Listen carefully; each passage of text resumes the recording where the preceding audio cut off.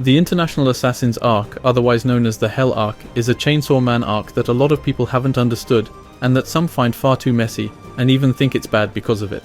It's a criticism that's often heard about Chainsaw Man in general. That's why I wanted to make a video explaining this arc, to show that all it takes is a careful reading and a good overall knowledge of the manga to realize that the arc is perfectly understandable, but also to explain how this arc is pure genius on Fujimoto's part.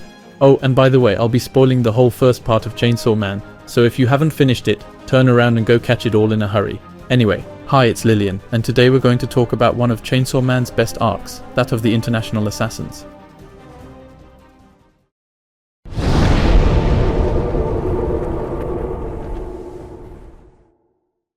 The arc runs throughout volumes 7 and 8, from chapter 53 to chapter 70, and has no official name, but International Assassins. Arc is a perfectly fitting name. Indeed, in the previous arc, Denji's fight against Rize and the Siphon Devil caused too much of a stir to prevent the media, which until then, had been controlled by the Japanese government, from talking about Denji, the Chainsaw Man, and perhaps that was Rize's real mission, by the way.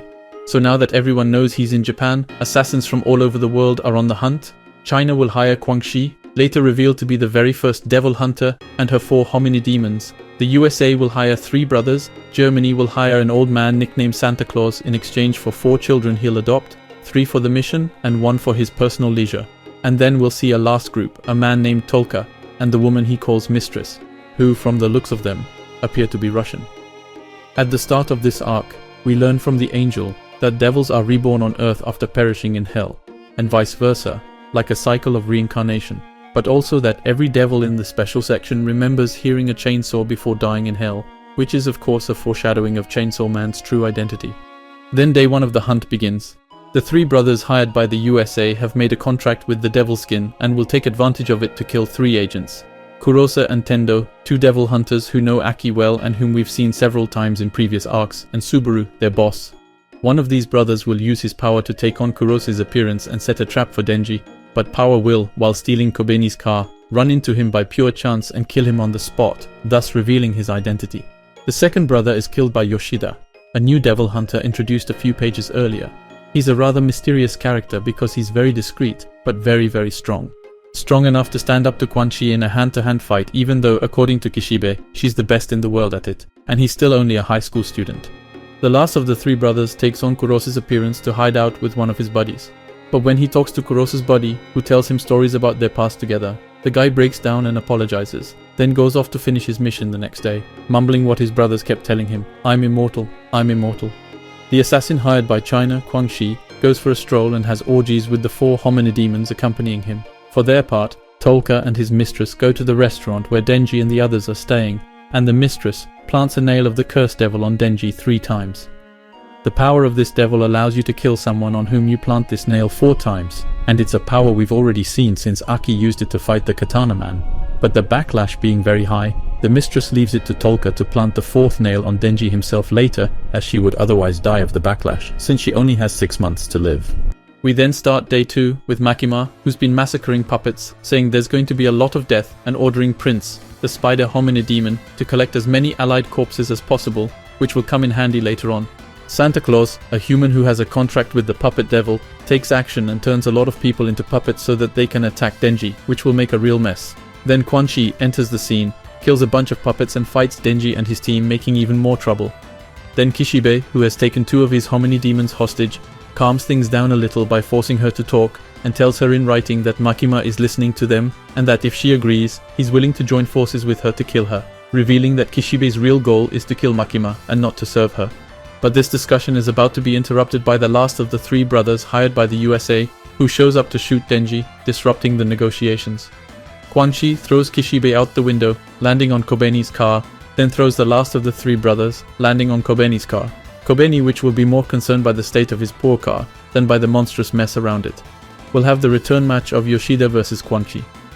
For his part, Tolka drives the 4th nail into Denji, which triggers the power of the cursed devil and kills him, followed by the somewhat implicit revelation that his mistress is in fact the real Santa Claus, the old man being just another of his puppets.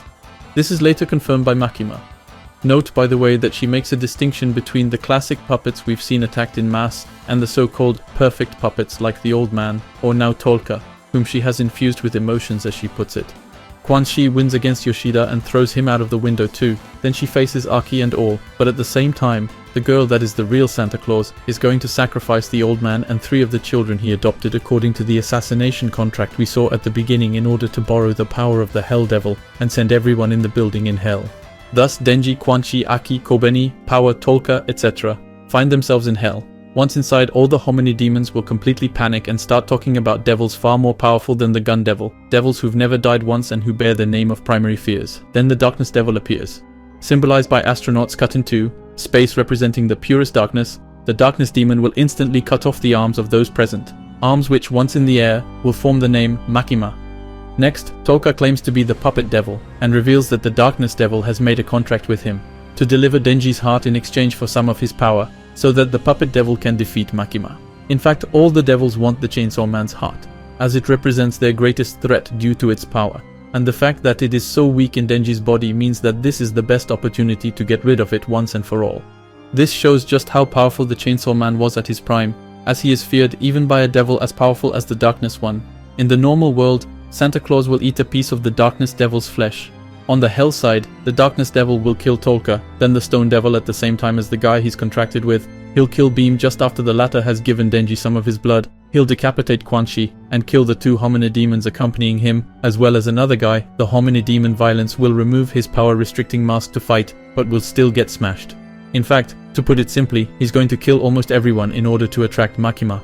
Prince, the hominy demon spider, will bring Makima back to him, who will fight against him and get smashed, but resist just long enough to escape with the others. She uses her power as a demon of domination to force Tolka, who is not quite dead yet, to sacrifice himself so that the Hell Demon can send them back to the normal world. Back in the normal world, we have a discussion between Yoshida and Kishibe about Makima, showing us that Yoshida is not only a monster in combat, but is also very intelligent, since he understands on his own that Makima was never intended to protect Denji, but to use him as bait. Quan Chi, who was decapitated, is about to be revived, as she is in fact the same species as Denji, the Katana Man or Reize. It seems that the Crossbow Devil has taken the place of her heart, so she's going to live again thanks to it, and join forces with Denji to avenge her 2 hominy demons. The battle continues and night falls, reinforcing the power that Santa borrowed from the Darkness Devil. In the end, Denji finds the solution to defeat the darkness. He sprays himself with oil and sets himself on fire to make light, paying homage to Fujimoto's previous manga, Fire Punch, and defeats Santa Claus. But Santa tells him that he still has puppets all over the world, so there's no point. Except that Cosmo, the hominy demon of the cosmos, is going to use her weird power to put all the knowledge of the universe into her head and drive her crazy. Since apparently when you become omniscient, you only think about Halloween according to Fujimoto, thus rendering all the puppets of the puppet devil harmless and detectable. Then Makima will come back, Quan Chi will surrender, but Makima will kill her in front of Kishibe and Yoshida. In the bonus pages of the tome, we learn that Kishibe was in love with Quan Chi when they were partners, but that it was never reciprocated as she was a lesbian. Oh, and by the way, the last of the 3 brothers would pretend to be one of the people turned into a puppet to escape. And by the way, if you're wondering why Cosmo didn't use his attack on Makima, it's probably because it would have been ineffective, given that she claims in volume 10 to have the power to know everything. Secondly, a question that comes up a lot is why the hell are there astronauts when the Darkness Devil appears? Well, there's no explanation given, it's simply up to you to interpret it. Personally, my interpretation is that, as I said, space represents absolute darkness.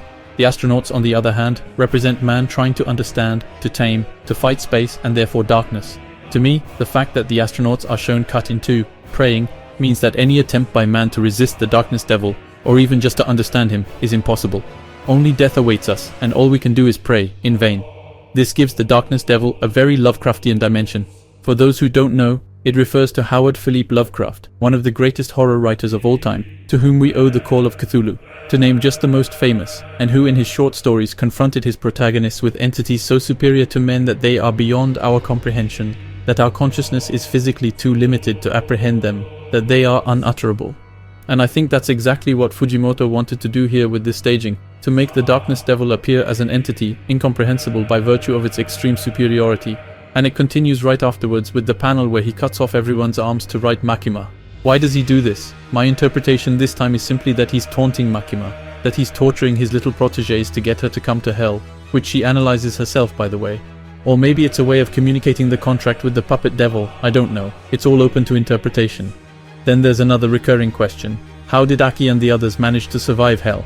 Well, in this case it's quite simple, he just wasn't mortally wounded. In fact, those who were killed did die. This is true of the two agents, Quangxi's hominy demons, beam, violence and so on. The only exception is Quangxi, but that's to be expected given that she's like Denji. In short, this concludes the chaotic but perfectly mastered arc of the International Assassins and the passage to Hell. I'll just tell you a little about why I love this arc.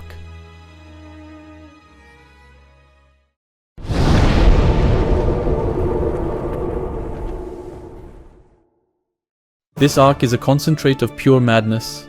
Fujimoto manages to plunge us into an atmosphere as offbeat as it is realistic. Whether it's the three killer brothers who act tough, saying yeah, we're immortal and all, who prepare a well thought out plan that ultimately fails because of a fucking car accident, the running gag with Kobeni's car that ends up in pieces, or all the crazy fights that follow one another, the arc mixes humor and seriousness with ease, offering superbly choreographed action scenes, sometimes reminiscent of Jackie Chan films, with this mix of action and humor, which is not surprising when you know Fujimoto's passion for cinema.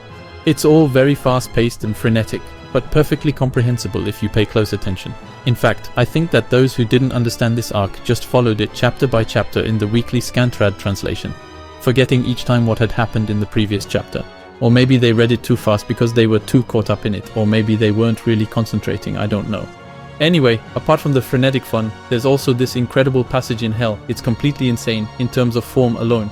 For example, when the kids are sacrificed, the devil's finger in Hell is actually, if you look closely, the edge of the frame they're in, which is deformed to form a finger, as if the devil's power were coming out of a higher dimension, as if he were modifying reality itself. Since reality in a comic book, what happens in it, is precisely inside its frames.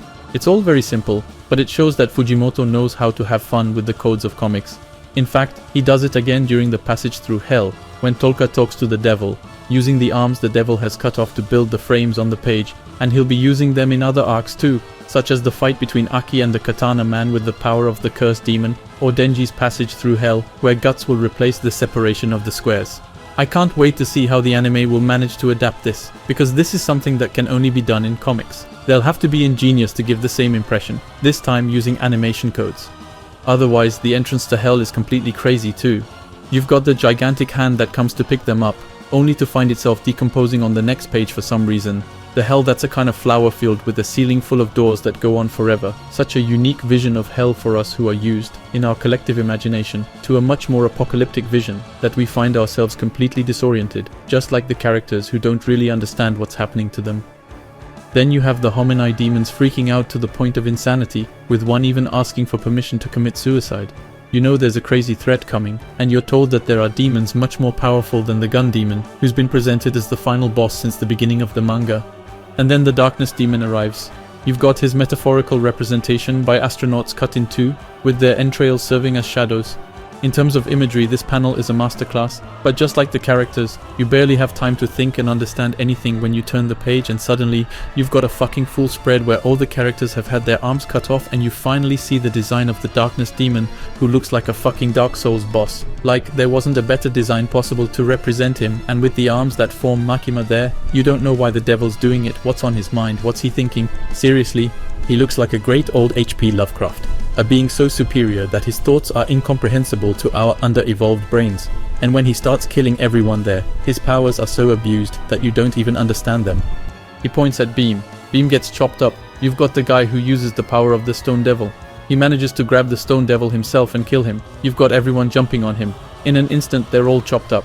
Even the homini demon Violence, whose extreme power we'd been warned about, to the point of needing a mask to channel it, is dismantled once the mask is removed. Even Makima, who's been freaking everyone out since the beginning of the manga, and who seems to have a ton of cheat power, gets smashed, even though she's holding on just long enough to get everyone back into the real world and escape. Anyway, the Darkness Devil is just terrifying, like some kind of incomprehensible, overpowered evil god. Not only does it freak us out, but it makes this passage through Hell super markable, while teasing us with potential demons completely abused. Because there are many devils like this. They're all devils representing primal fears. And that gets the imagination going.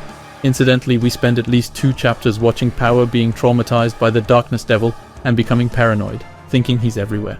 Anyway, this passage through Hell is truly a memorable moment.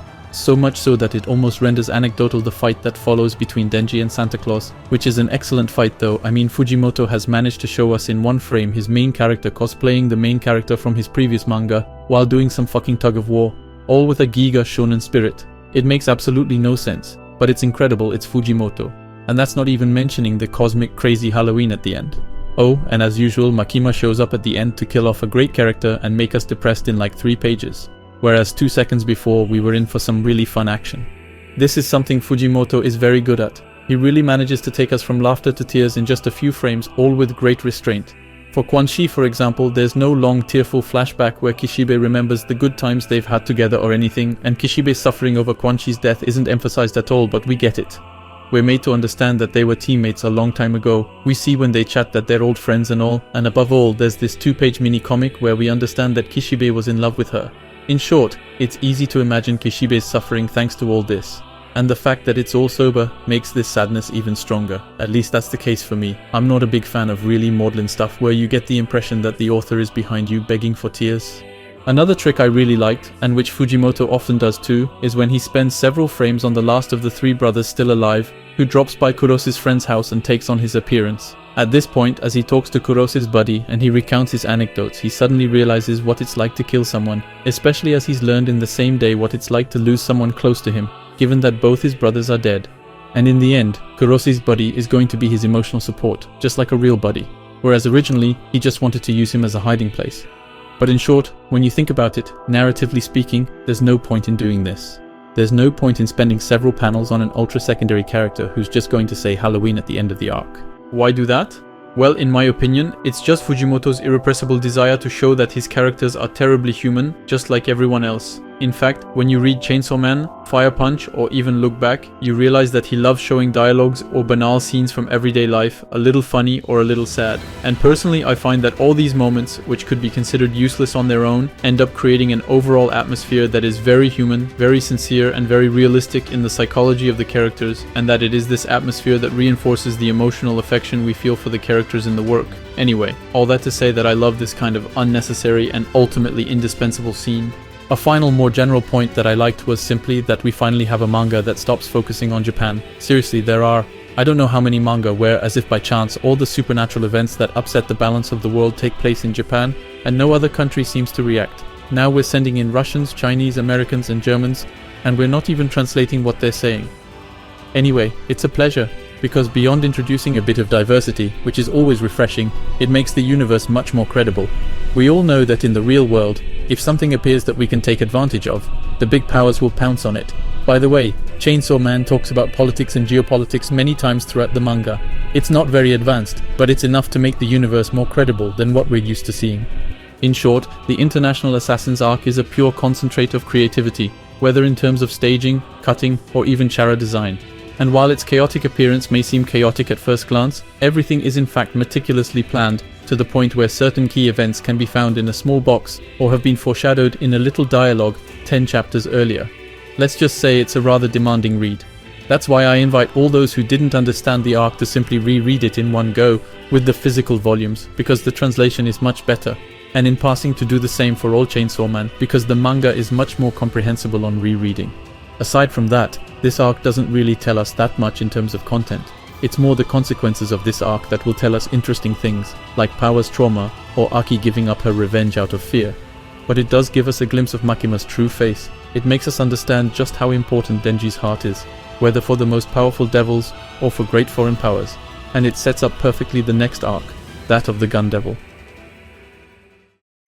Anyway, I hope you enjoyed this little video. It wasn't much in terms of analysis. It wasn't really analysis in fact, but more an explanation followed by an opinion, simply because I found that this arc didn't lend itself to a very thorough analysis, as I did for the video on Makima. But don't worry, pure analysis videos will be coming on Chainsaw Man. Nobody's ready for the video analysis of Kobeni's car. Anyway, feel free to like, share, comment, subscribe and all that. Follow me on Twitter by the way, and see you next time.